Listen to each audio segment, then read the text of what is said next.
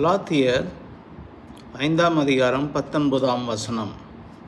மாம்சத்தின் கிரியைகள் வெளியரங்கமாயிருக்கின்றன. அவையாவன: விபச்சாரம், வேசித்தனம், அசுத்தம், காமவிகாரம், விக்கிரக ஆராதனை, பில்லி சூனியம், பகைகள், விரோதங்கள், வைராக்கியங்கள், கோபங்கள், சண்டைகள், பிரிவினைகள், மார்க்க பேதங்கள், பொறாமைகள், கொலைகள், வெறிகள், களியாட்டுகள் முதலானவைகளே.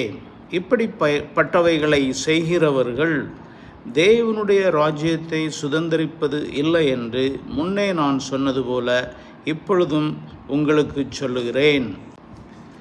இது புறஜாதியரின் அப்போஸ்தலனாகிய பவுல் எழுதிய ஒரு நிருபம். கலாத்தியருக்கு எழுதினாலும் அங்கே இரண்டையும் சரியாக குறிப்பிடுகிறார். மாம்சத்தின் கிரியைகள், ஆவியின் கனி என்பதை நாம் கேட்டோம் வாசிக்க.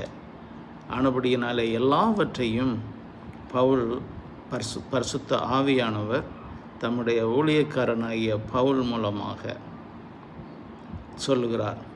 பவுல் த்ரீஃபோல்ட், மூன்று வகையான ஊழியத்தை அவர் சொல்லுகிறார். அவர் அப்போஸ்தலன், அண்ட் அவர் herald, preacher, and he is a teacher, போதிக்கிறவர். ஆனபடினால இதற்காகவே தேவன் அவரை தெரிந்து கொண்டார். இந்த நிருபங்களுக்காய் நாம் தேவனுக்கு நன்றி செலுத்த வேண்டும்.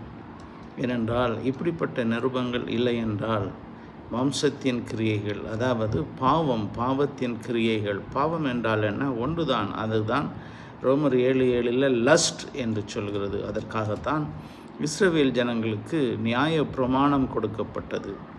அந்த இச்சையினுடைய வெளிப்பாடு தான் இவை எல்லாவற்றையும் பன்மையில் குறிப்பிடுகிறார். அப்படின்னா பாவத்தின் ரிஃப்ளெக்ஷன், வெளியரங்கம் பல வகைகளில், மெனிஃபோல்டு இதில் இருக்கிறது. ஆனபடியினால இதை நமக்கு யார்தான் சரி செய்ய முடியும்?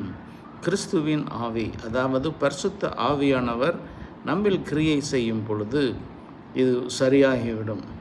ஆனபடியினால அன்பான தெய்வ ஜனமே, பரிசுத்த ஆவியானவரை பெற்று அவருக்குள் நிலை கொண்டு கிறிஸ்துவில் ஜீவியுங்கள். மேற்கொள்ளும்